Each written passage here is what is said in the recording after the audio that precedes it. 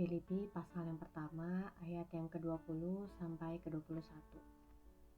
Sebab yang sangat kurindukan dan kuharapkan ialah bahwa aku dalam segala hal tidak akan beroleh malu, melainkan seperti sedia kala, demikian pun sekarang, Kristus dengan nyata dimuliakan di dalam tubuhku, baik oleh hidupku maupun oleh matiku. Karena bagiku hidup adalah Kristus dan mati adalah keuntungan. Setiap orang dalam hidupnya pasti punya pengharapan atau kerinduan untuk mencapai sesuatu atau menjadi sesuatu. Ketika saya masih di SMA kelas 3, saya pengen banget untuk kuliah. Walaupun saat itu nggak tahu kapan bisa kuliah dan di mana akan berkuliah. Tapi nyata banget bahwa keinginan itu begitu besar ada dalam hati saya.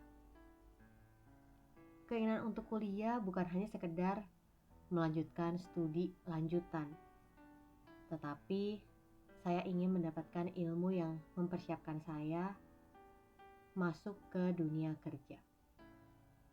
Dari banyaknya keinginan untuk kuliah menjadi chef adalah keinginan terbesar saya. Itu sebabnya saya sudah merencanakan dan saya sudah mendaftarkan diri saya masuk ke sekolah bahasa untuk persiapan studi ke Eropa. Saya ingin menjadi chef dengan pengalaman bekerja di luar negeri, belajar langsung dengan para ahli dan berkontribusi untuk pengembangan kuliner di Indonesia. Paulus juga punya kerinduan. Paulus juga punya harapan yang menjadi tujuan dalam hidupnya. Masih ingat gak kehidupan Paulus sebelum dan sesudah berjumpa dengan Kristus? Sangat kontras ya. Dahulu Paulus adalah salah satu penganut agama Yahudi yang sehari-hari punya tugas menyiksa bahkan membunuh para pengikut Kristus. Karena saat itu dianggap sesat. Tetapi setelah berjumpa dengan Yesus, Paulus menjadi hamba Tuhan yang memberitakan Injil kepada orang-orang non-Yahudi di luar Yerusalem. Kerinduan dan harapan Paulus ketika menjadi pengikut Yesus adalah memuliakan Yesus melalui tubuhnya. Bahkan, Paulus berani loh mengatakan, baik dalam hidup maupun dalam matinya, Paulus tetap memuliakan Allah. Ketika saya baca dan merenungkan perikop firman Tuhan hari ini, saya kepikir, bagaimana bisa ya Paulus punya harapan dan kerinduan seperti ini. Ketika banyak orang sedang fokus untuk mengusahakan pencapaiannya, yaitu mementingkan dirinya sendiri, Paulus justru berfokus untuk memuliakan Yesus. Apakah Paulus nggak punya kerinduan untuk berfokus pada dirinya sendiri? Saya pernah berpikir seperti itu.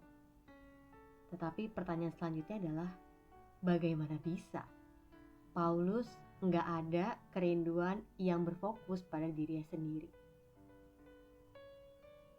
Cinta yang begitu besar akan terlihat dari keteguhan komitmen seseorang, yang pasti akan terlihat dari perkataan dan perbuatannya.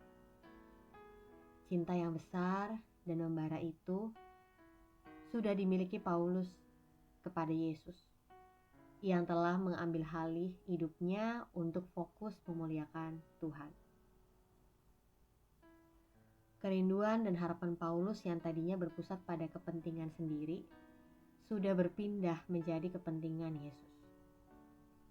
Setiap hembusan nafas dan tenaga yang dimiliki dipersembahkan semua bagi Yesus, termasuk pengorbanan untuk menderita, bahkan bersiap menghadapi kematian.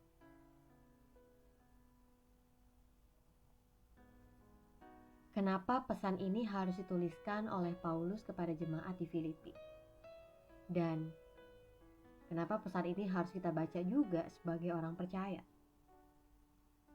Paulus membagikan besarnya cinta dan komitmen kepada Yesus, sehingga jemaat dapat menyaksikan teladan yang baik.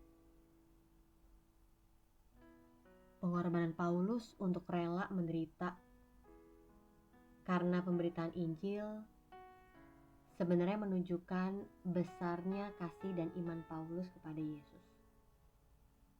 Itu sebabnya kita jadi tahu sekarang bahwa kasih dan iman seseorang itu pasti ada kaitannya dengan pengorbanan. Kalau seseorang gak punya kasih dan keyakinan teguh, gak mungkin akan mau berkorban. Bener gak? Kita mau berkorban kepada sesama kita mau berkorban bagi keluarga kita mau berkorban bagi pasangan kita. Sebenarnya kan itu menunjukkan besarnya kasih dan keyakinan kita kepada orang itu. Jadi teladan Paulus memberikan kita sebuah pengingat bahwa kasih dan iman kepada Yesus itu pada akhirnya harus dibuktikan dari kerelaan kita untuk menderita bagi Yesus. Kalau hari ini kita masih punya kesempatan untuk hidup, yuk kita taruh lagi fokus kita kepada Kristus. Kita taruh lagi fokus utama kita kepada Yesus. Tetapi jika akhirnya kita udah selesai berada di bumi ini, maka anggaplah itu sebuah keuntungan. Karena akhirnya kita bisa hidup kekal bersama dengan Yesus. Seberapa besar kasih dan iman terhadap Yesus? Kasih dan iman memang letaknya ada dalam hati manusia. Tapi akhirnya akan nampak dari perbuatan dan perkataannya. Yesus sudah berkorban nih bagi kita. Yesus sudah rela taat sampai mati dari kayu salib untuk menebus dosa kita. Sehingga segala berkat jasmani maupun rohani yang kita nikmati sampai saat ini, itu semua bukti dari hasil pengorbanan Yesus. Jadi Yesus dan Paulus sudah membagikan teladan bagi kita, yaitu mereka rela menderita. Pertanyaan selanjutnya, apakah kita juga mau ambil bagian untuk ikut menderita bagi Yesus?